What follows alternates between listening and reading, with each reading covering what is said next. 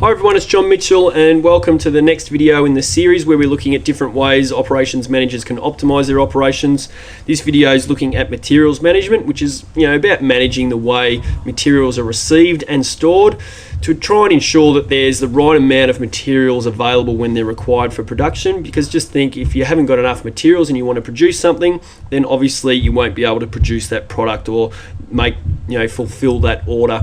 And the operations manager needs to ensure that there's the correct amount of materials at the facility when they're required. They also need to ensure that materials are on hand when they're needed, otherwise production needs to stop. They need to make sure that the materials are the right quality, otherwise that's going to impact the actual final output that's being produced, and then that can hurt customer satisfaction, etc. But also that materials aren't idle for too long, which means that they're sitting in storage for too long. That can have a real impact on an organization, because the money that's just sitting there, because remember, stock sitting there is money, then that money can't be invested elsewhere. So do we have enough? Well, that's a really common question that an operations manager needs to ask. Do we have enough materials? And it seems pretty simple, really, just to ensure that we have enough materials on hand. We'll bulk buy them and store them. We might get a discount for bulk buying them, but then we're going to just store them until they're required.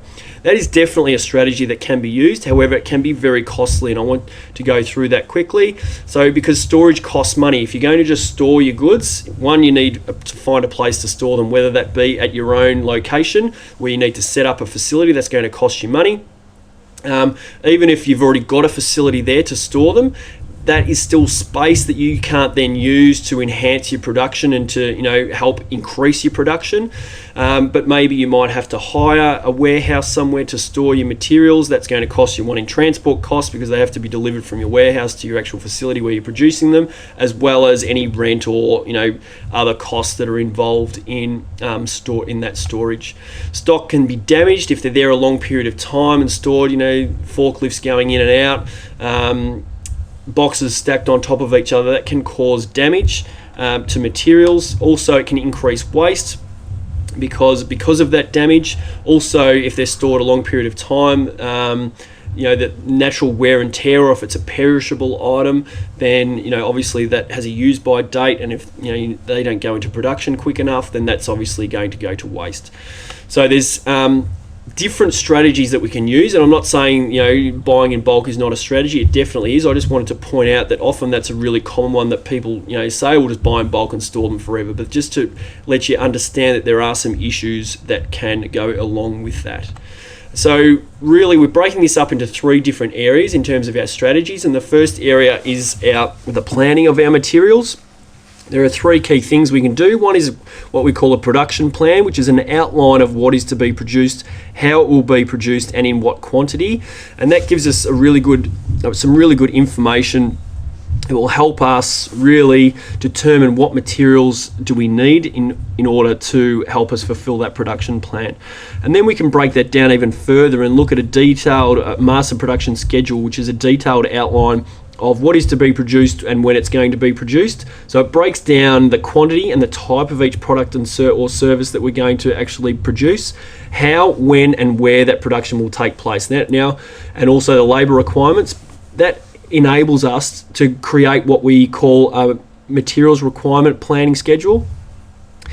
And if we have the information on the quantity of each product or service we're going to produce, when and where that's going to be produced, then all of a sudden we can break down and figure out, well, what materials do we need to fulfill that master production schedule? And that's what a materials requirement plan is, an itemized list of the materials required to meet the master production schedule. That should ensure that when we place our orders, the orders then know where to go, because if we've got different locations, because the master production schedule is saying what we're producing in what quantity, and also when and where it needs to take place. And that really gives us the information to manage our materials with our materials requirement plan.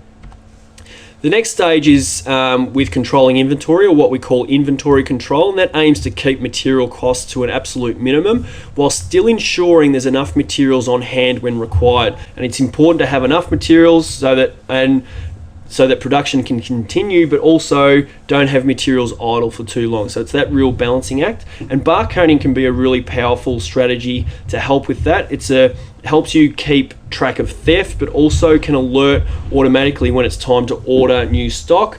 It might alert not when you've run out of stock, but also when you're starting to run low of stock, so that you can keep your production flowing continuously. Another strategy, a really common strategy used in exam questions, is what we call a just-in-time strategy, and it ensures that the exact amount of materials arrive only as they are needed in the operations process.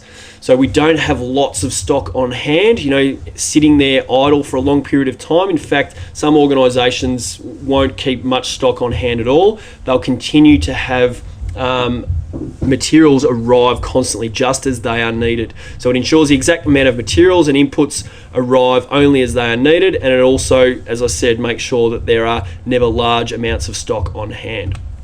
So an example of that is with Dell. Dell obviously makes computers. What happens is, an order either comes through electronically or through the call center.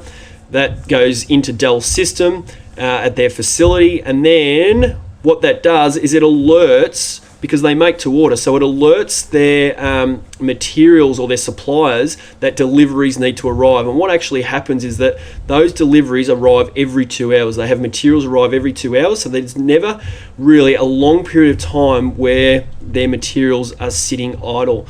And that reduces the amount of storage costs, it reduces the amount of wastage created, and it reduces the amount of damage to stock sitting there for a long period of time. And that's a really effective way for Dell, so that they can make to order. They pretty much, those materials come off the truck and pretty much go straight into the production line.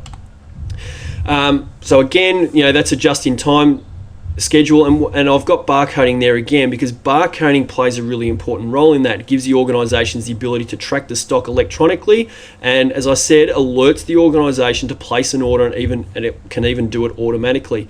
So if we go back here, once the stock is low and those orders are placed, then we scan it in, and also as it goes through the production process, it's continually scanned. So barcoding is a really powerful tool for for your stock management or your materials management. And finally, the next area is supply chain management. So supply chain is the range of suppliers from which the organisation purchases materials and resources. It's also looking at your distribution of, once you've actually produced your goods, how are you getting your goods to your consumers. So obviously materials need to arrive on time, materials must meet quality expectations, and supply chain needs to be cost effective. And really, organisations are constantly looking at their logistics and their supply chain to ensure that they are getting the best out of their supply chain and that costs aren't rising too high. And a perfect example of that is recently Kogan Pantry. So Kogan has decided to sell a lot of groceries online, non-perishable items.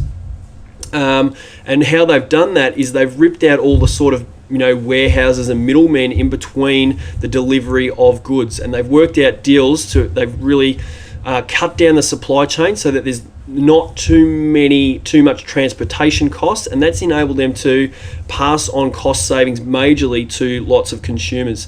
They don't have to set up stores. A lot of the products are coming straight from the manufacturer to the consumer's doorstep. So by managing their supply chain, they've been able to cut some major costs out of the supply chain, which is then passed on to consumers. And then they're now competing against the Woolworths and Coles and those type of large organisations. So just to recap, the operations manager needs to ensure the right inputs are there in the right quantities and at the right time, and also the right quality. We had materials planning, where we looked at the production plan, the master production schedule, and the materials requirement plan. They're all legitimate strategies that you can use in that area. And then we looked at our stock control, which is looking at the just-in-time and barcoding. And then we had our supply management, where we're managing our supply chain to really reduce the amount of costs that then hopefully can be passed on to consumers.